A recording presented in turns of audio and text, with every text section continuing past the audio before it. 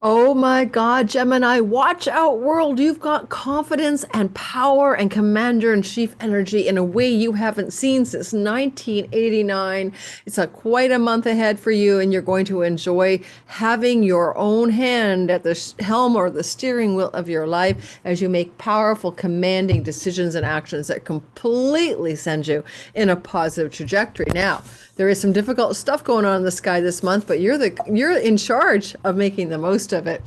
Well, let's talk about what it means for you to listen today. Oh, by the way, who am I? I'm Lori Lothian. I'm using the Western Tropical Zodiac, whole sign houses, fixed stars, and minor asteroids are my specialty. Like, subscribe, and give me a try. I put out these 12-month videos every month, but also 20 to 30 other videos, and they're always all signs, and you can learn about yourself through the lens of the sky, time your best life, and use the stars as a navigational tool. So first of all, the only thing I'm promoting before I tell you about your Amazeballs month ahead is that I have my Sky Reader course starting in September. It's not a promotion, just sharing information. If you want to get the early bird discount, that Sky Reader 6-week course, Be Your Own Astrologer, Time Your Best Life, is live with me, with a Facebook group, weekly coaching calls. It's very in depth. I've done it 5 times. This is my 5th time. And you're going to have the ability to time your best life using astrology. It's good for advanced beginners, and low grade intermediate astrology people. If you've never seen a star and you don't even know what an astrology chart is, why are you even here? It might be a little bit of a steep learning curve in the beginning. Early bird discount notice and all that information is by getting on the wait list. It's really just an early notice list so that you can get those discounts and not miss them. So the class will start probably mid-September. I haven't set the exact date. Now, whew, you're listening today for your rising sign. If you don't know your rising sign, you can calculate that online. I've got a video below how to calculate your chart and whole sign houses, and it also allows you to find your rising sign. Second of all, if you would like, you can also listen for your sun, which is career and purpose matters, right? It's kind of father figures, career purpose, the essential true self that you are, your core essential soul. And then the moon can be your mother and the mother figures in your life. But, if you're listening for yourself, it's about your home, your body, often your home, your safety needs, and how you feel and think about what's going on in the life of you. So listen for all 3 and see what fits. Now, Geminis, what is going on is that for the first time since 1989, you're going to experience Jupiter moving through the house of your sun or moon or rising, where Mars meets Jupiter there. This is a big deal. And it's in the house of your sun. Career, it's in the house of your ascendant. Everything about your life, it's in the house of your moon, home and nest. Powerful, commanding energy. Jupiter is about expansion, bounty, and prosperity. Mars is about action, decisions, and directions. And it's all in your control. It's in your hands. Therefore, you are lucky, you are powerful, you are decisive, and you are a big action taker, boldly going where you have never been since 1989. I love the month for all of us because I have a progressed Gemini sun. Don't ask me how to do progressions in this video, take my classes. But the energy here also is complicated this month by a little bit of a kind of a constraining straitjacket of Saturn squaring it for realism. And we'll get to that as we break down the month in detail. One thing I'll say is listen today. First of all, we're starting how to listen. We're starting with the overview of Mars and Venus and Jupiter and Mercury moving through the sky. What are they up to that you should know about? What do you need to pay attention to? And then we're going to break it down into calendrical dates. So get a pen and paper handy. I do talk fast and I'm jet lagged as all hell from 2.5 months of travel around the world. And I'm recording this on a Friday and you're getting this on a Sunday. Bear with me, okay? And please be nice. I am jet lagged and I'm really out of it a little bit. So one of the things I'd say is that as a Gemini rising, Mercury is the most important planet for you, as it is for the other Gemini Mercury sign, which is Virgo. Let's talk about what Mercury does first. It's complicated, but it's simple too. I'll have a deep dive into the retrograde. Stay tuned. Mercury is moving through Leo and Virgo during this month of August. Basically, when August starts out, right, we get to August 5th, for example, he's already been in Virgo. And now on August the 5th, he's retrograding backwards from Virgo. This means that you'll find August 5th to the 15th, things to do with your childhood, home property, real estate, family of origin, Venus's siblings, Females, and the fourth house is childhood. So maybe female siblings from the past coming into the story for you. When again, August the 5th to the 15th, as he's retrograding, as Mercury's retrograding in the fourth house. Then we see him moving into retrogradation into the sign of Leo, which is your third whole sign house, August the 15th to the 29th before turning direct, giving that part of your chart from the past, younger siblings, aunts, uncles, nieces, and nephews, third house people coming into your life through phone calls, emails, text messages, lots of conversations. But the third house is a travel house, and therefore you may travel. Indeed, even in the beginning, we talk about August the 5th to the 15th, that would be travel to your hometown, travel to your homeland. But then we move forward, August 15th to 29th, travel is the third house, short distance. So a lot of potential for some short distance trips during that time, or going back and learning something, skill-based learning that you've learned before and relearning it. Or if you're a teacher, teaching it again, August 15th to the 29th. And going back and redoing writing projects. It speaks to me of revisions on communications and writing projects, August 15th to August the 29th. Now, on that note, let's move into the rest of the story. What about Mars? Mars is moving as he was since July the 20th through your first house, or in the sign of Gemini, over your sun or moon. All said and done, this is something to do with you being a sword carrier.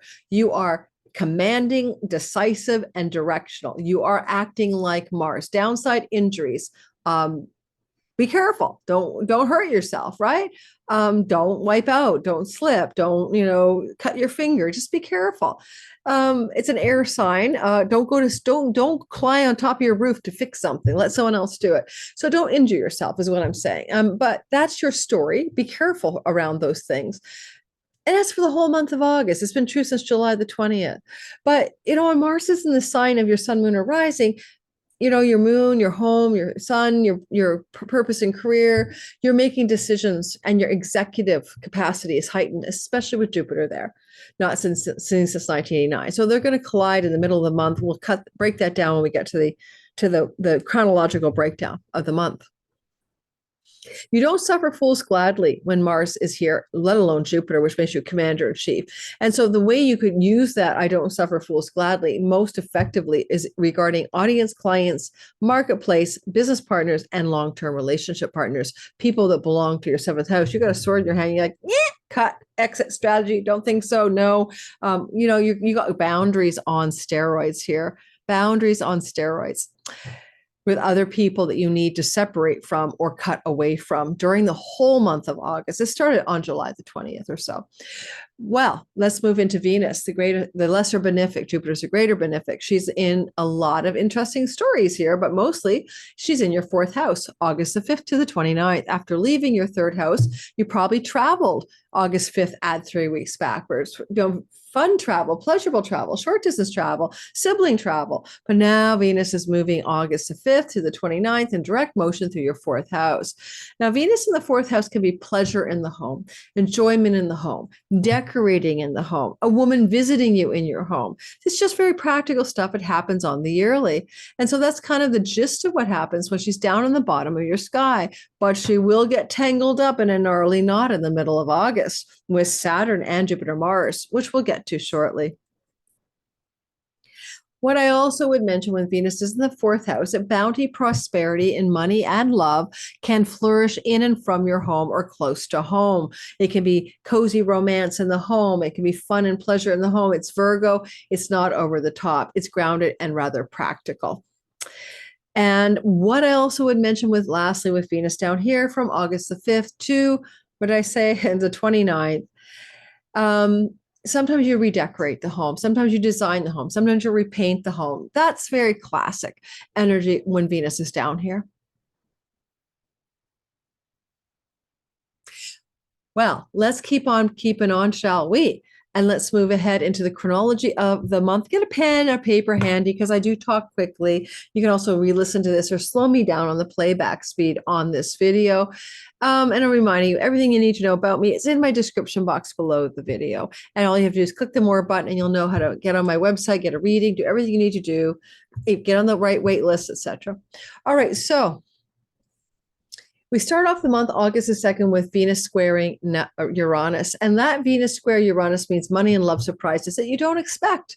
But that we see another square to Uranus, August 18th and 19th, following up on what Venus did by Mercury. I would say I would circle on your calendar, I really would, what's going on around August 2nd that repeats on August 18th, 19th with further information. But Venus is also a good planet and a benefic, and she's squaring the god of surprises from the 4th house, 12th house axis, where Uranus is in your 12th house. Major, surprising, unexpected, but maybe okay changes that require Mars-like decisions, right? Critical changes. Are you going to live in another country? Is another country living in you? Are you going to change the way you make money from home in a more enjoyable way for borderless income and revenue? Are you going to surprisingly, shockingly cut away ancestral habits, patterns regarding challenges to self-undoing and addiction? These are stories that are ripening for you August the 2nd. Then we move forward, or could a female from your childhood be suddenly shockingly in a hospital around August 2nd? That's a possibility, unfortunately, especially when it could be a childhood friend or a sibling who is a female, August the 2nd. Surprise. Don't forget, it follows up on August 18th, 19th with Mercury bringing information and news in that situation to bear. And you may have, we'll stick with that. Then we move forward and we have on August the 4th, a new moon, Leo, in the sign of Leo at 12 degrees. Leo happens to be your 3rd house, new beginnings with neighbors, neighborhood, creative and writing projects, online world, social media, and a new beginning regarding travel, especially short distance. That can take 2 weeks to unfold or 6 months, but look for both, where there's new beginnings flourishing. If your Gemini sun, moon, or rising is anywhere 3 degrees before and after 12 degrees Gemini, it's yours to grab. It's wonderful for you. You're really feeling the flowing sextile to this new beginning in your 3rd house. I have a sun progressed in Gemini in that area of what I just described, and 9 degrees to 15 degrees of Gemini. And hopefully I have an agent who wants me to do a book proposal for this astrology book I want to write. And she's a really amazing, successful agent. So I might be working on that project, new beginnings, new moons, August 4th, add 6 months. We do have a full moon later in the month, and I keep forgetting to add it, so I'll cover it now. The full moon is happening, jump ahead to August the 19th. That's the same time Mercury is squaring, by the way, Uranus. Well, on August the 19th at 27 degrees, the moon is full and bright in your sign of Aquarius. In a whole sign house system, it's your 9th house of foreign countries, foreign lands, legal matters, third marriage environments, and things to do with publications, book publishing as well. New beginnings, fullness, fruition, and fulfillment are happening here, not just in the 2 weeks that follow the moon on August the 19th, but over the 6 months that follow. This includes podcasts, and you may be coming to some fruition, fulfillment, or completion in 9th house matters. And higher education is also here. What are you fulfilling, completing, and highlighting at the top of your sky with that full moon that reveals things to you? And the full moon at 27 degrees also will square Uranus, right? Eek! With Mercury also squaring Uranus at the same time. It's a lot of intensity. It's a 3rd house, 9th house, 12th house thing. Critical turning points and decisions must be made, not only on this moon of August 19th, but in the 2 weeks that follow, that have to do with writing, travel, international travel, foreign lands, and long-term committed love stories in 3rd marriage environments. Shall we move on? Let's talk about August the 6th and 7th. Wow, I love it. Sun sextiling Jupiter. Well, that's not too bad at all. Jupiter in the house of you, commander-in-chief with Mars, like in the 1989, not repeated since way, and the sun flowing to you from the 3rd house. And we like it a lot because we still have Mercury here as well. The energy is something along the lines of August the 6th and 7th. deals, contracts, negotiations that are lucky and opportune, to do with travel, to do with writing, to do with creativity and online and social media stories. Also, some agreements with neighbors, perhaps, as well. Yes, I know. I hear what you guys are saying. What about Mercury being retrograde? Well, the energy of Mercury retrograde, and it's just station retrograde, it means that some of this stuff has already been percolating in your life. Neighbors, agreements, social media, writing projects, entrepreneurial business projects can be indicated here from the past, are being solidified with the word opportunity. It's nothing new. It didn't come out of the blue. You already know about it by the time you get to August 6th and 7th. August the 8th, Mercury will leave Leo and jump into bed with Venus in Virgo in your fourth house, buying and selling property and real estate, hiring a designer, signing a mercantile contract with a Venus person, news or information about a female from your childhood coming into the story when, again, August the 8th. Moving into 13th to the 16th, it's that Jupiter conjunct Mars conjunct Jupiter. Haven't seen that since 1989. It's a second in many people's lifetime event. There's a huge amount of power here. You have power. You have Jupiter. You are Santa Claus. You are the king of Mount Olympus or queen. You got it all. Now Mars comes along like the knight with the king and says, what do you want to do? Actions, decisions, choices on game point now, right? You have to do that. It's the time. It's in your face and you're going to feel it. It's going to be August 13th to the 16th. And then at the same time, it unfolds 15th to the 24th. So it's mashed up. This Mars and Jupiter coming together go into a gnarly square to Saturn. Oh no, Saturn in your 10th house of career and reputation, being serious, expert authority, maybe wanting to retire, looks over at what's going on in the first house, and there is a constraint. You can't do it right away, or you have to wait, or you have to consider time, chronos. You have to contemplate what's realistic in this moment. Because with Mars, Jupiter, you want to jump, you want to leap, you want to be the holy fool and take a leap and let the net appear, if it will appear. And no, Saturn going, like, let's be serious up here in your 10th house of career. Let's really be sober-minded about this. Or resistance from a boss, from some big, or authority figure in the career space for big leaps of faith that you're trying to take around that time frame. In all, August 13th to the 24th. And, Venus gets into the mix, bless her soul. Venus is going to square the whole story as well. She comes into a square to Jupiter, Mars, and opposes Saturn. She's most active in that square, most involved in the square around the time of the 18th and 19th. I want to say, don't forget the Democratic National Convention is then. Venus is going to say something like, okay, Saturn, I'm working hard in the home. I'm trying to find joy, pleasure, and prosperity in my home. And I'm squaring, Jupiter opportunity and Mars decisions. It's almost like some of you might get a decision crisis, right? Where you might want to leave your day job, so to speak, or jump out of some kind of one profession into something else. And you have to make decisions around that at the time, because the home versus the career versus what you want, that tension is there. It will pass. It will pass, August the 21st. No, August the 19th, full moon in Aquarius in your 9th house. How beautiful, full light, entrepreneur, full light, full blessings in the house of third marriages, in the third house of book publishing, in the house of things to do with your higher education, visas, passports, foreign lands, and travel. A full light there, August the 19th, can indicate travel opportunities for sure in the 6 months that follow to far off foreign shores, including things to do with visas and passports, fulfilling, fruiting, and coming to pass.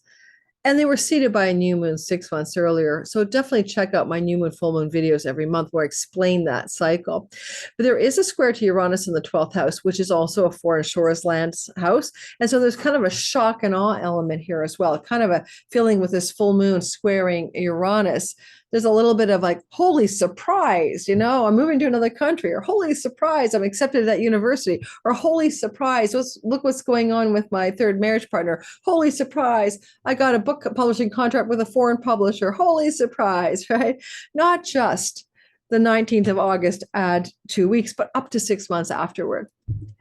All right, moving forward, we do want to talk then about the gnarly intensity of the cosmic lovers in a square Venus in your Virgo fourth house, having a very intense conversation with Mars in your first house.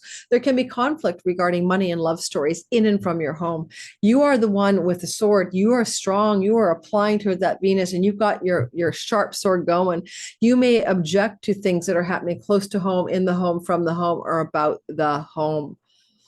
On the other hand, Mars square Venus can be very feisty and exciting. You might be having some hot, sizzling romance and sex in and from the home. Who knows how that would play out? No doubt about it. And when Venus is squaring Mars, Mercury is sextiling Mars. And Mercury says, hey, let's have some good news about leisure, about travel, about book publishing, about writing. And Mercury says, news, news, news. He's retrograde. He's in the last part of Leo. But he says, writing projects from the past, travel opportunities from the past, teaching and learning opportunities from the past flow to productive, abundant, magnanimous, prosperous Jupiter in the house of your sun, moon, or rising, and the decisions and actions you take that strengthen and fortify that prosperity that's here for you until next June. Okay. And August 26th and 27th, Venus is squaring Mars. No, I did that. August 26th and 27th, I am jet lagged. Venus is trining Uranus. It's the happiest sky we have all month. This is opportunity, prosperity, and luck, trine energy. Venus, goddess of love and money and good things, in your fourth house. Uranus in your 12th. Sudden, surprising, positive opportunities for prosperity in and from foreign lands, from things you do in your home, a sudden opportunity to change your home to a foreign land, good news coming from foreigners and foreign shores regarding matters to do with prosperity and love in the home. Yay, you. August 26th and 27th. And on the 29th, then Venus moves. On the 28th and 9th, she moves into the very end of your fourth house, and she faces Neptune across the way. This is like, where are you pulling back your illusions and delusions around what you can achieve in a practical, realistic, and enduring way in your career because of Saturn up there? And then Venus is like, I've got my 2 cents from the fourth house. Does it have to do with a realistic setup in your home for your career success? Are you too far from, like, it's almost like there's this kind of like turning point moment where Venus wants you to see what you need to see. Are you enjoying your life at home? Are you enjoying people in your home? Is this career path you're on that you think is so important at the expense of a deeper level of enjoyment in your privacy, in your downtime? I mean, my son's in Gemini. I don't have an off button, right? My phone ding, customer service problems, shopping cart issues. I mean, I'm speaking to my progressed Gemini son. Where are you facing a need to come to realistic terms between the 20th and 29th of August regarding the career stories and the home and domestic life stories? Thanks for listening, Gemini, sun, moon, and rising sign. Recording this for you on July the 19th. Patreon gets it today. Usually they get it 2 weeks early or a week early, but because of jet lag travel, Europe, El Camino, Spain, time in Ontario, traveling as well with my sister, family stuff, just got back to Vancouver, and I am completely time lapsed out with the jet lag. So thanks for listening. Don't forget to like, subscribe, hit the notification bell, check out all my courses, check out everything I do in my description box below. I need to hire staff. I honestly can't keep up with myself these days. Bye, everyone.